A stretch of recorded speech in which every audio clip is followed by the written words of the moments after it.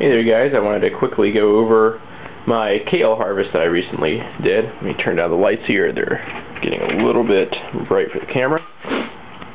Alright, so I just picked this off my kale plants that I'm growing out on my balcony here using a nutrient film technique, or kind of similar to that. There's not really a film, it's more like a trough, I guess you could say. But this is about maybe not 5 pounds, maybe about 4 pounds of kale with the stems on. The stems are actually the heaviest part, so I probably won't get that much leaf out of it, but I just wanted to tell you guys how much of a robust plant this is. It's like, it can take any kind of beating. I've been really busy at work and probably put about 30 minutes into my garden over the past 2 weeks. It's like, I put some water in there, and sometimes I don't even pH it, which is kind of bad, but yeah, I'm getting great results here. I mean, I don't know what I'm going to do with all this kale here. Maybe make some like dal out of it or something like that. I don't know if you can do that with kale rather than spinach, but anyways, here it is.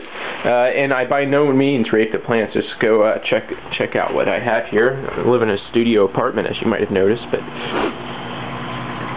yeah, here it is. Here's my that's one plant.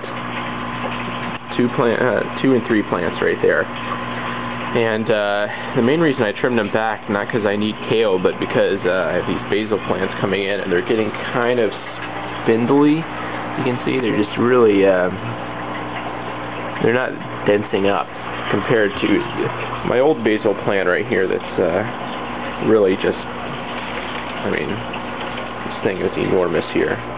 That's all one basil plant. And I have my broccoli over here.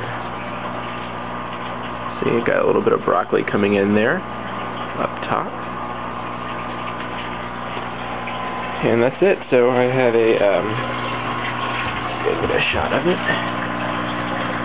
A 20-gallon reservoir right here, or 18, something like that. That just got my pump hooked up there. At a ever so slight incline. It was actually about to overflow one day, so I had to make sure it was inclined enough to fill the water through it.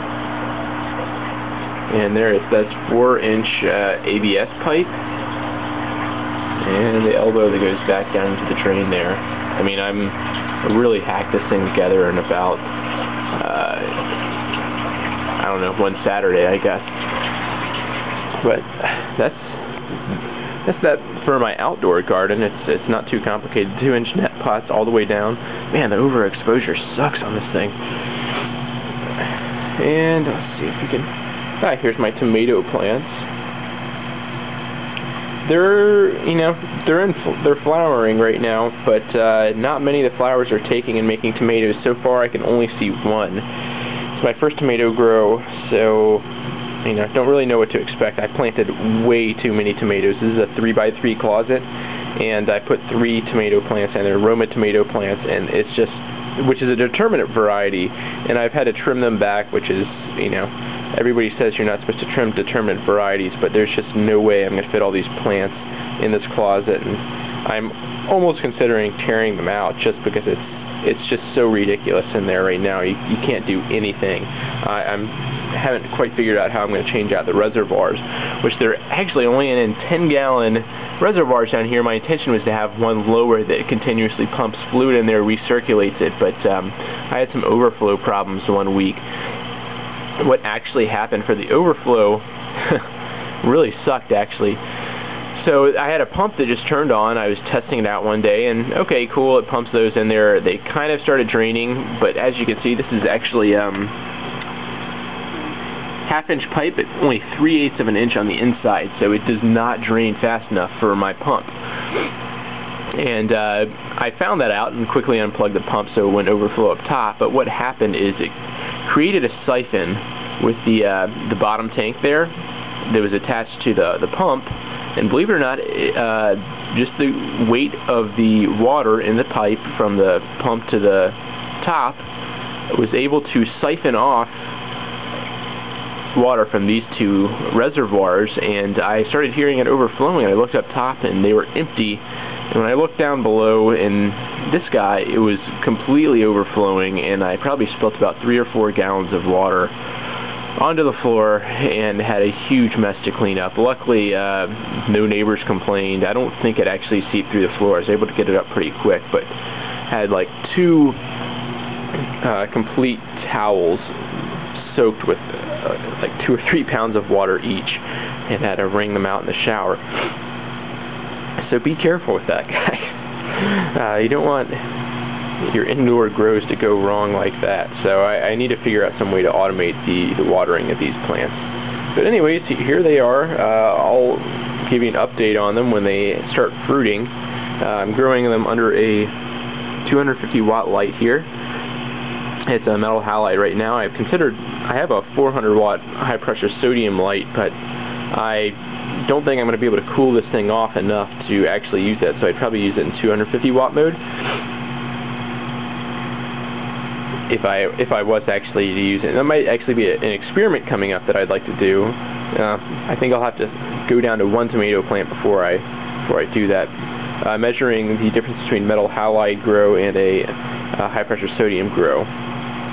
One other experiment I'd like to do, just to give you guys a taste of what's coming down the line, hopefully, in the future, if I have enough time, is, so you see I have 2 reservoirs right there. If I think I can grow 2 plants in here, I'd like to do one using only reverse osmosis setup, only getting reverse osmosis water, and the other one just getting regular tap water.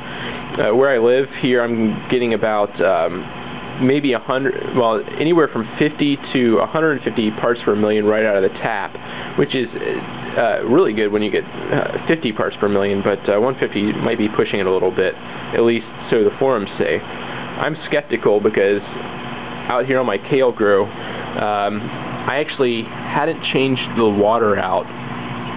In other words, I hadn't dumped the water and replaced it with fresh water in probably over a month at one point, and the plants did not hurt whatsoever. Kale is actually known for growing on the seaside in Europe, so it's used to a very even salty environment. So, I mean, that did not hurt it whatsoever. The broccolis even and basil are doing fine as well. Okay, so anyways, I didn't replace the reservoir. I just kept topping it off with tap water, pHing it, and it did become very difficult to pH it after a while. It really wanted to be alkaline no matter how much pH down I used. That's when I ended up changing out the reservoir. And frankly, on the outside grow, that's the only time I'm going to do it, because as you can see, it's probably about, I don't know, 15 to 20 feet all the way to the tap, and I have no way to drain the water from there. So what I'm doing is filling up a where is it? Anyways, I don't know, a 3-gallon jug, and carrying it back and forth, draining it, and actually pouring it out on the plants outside.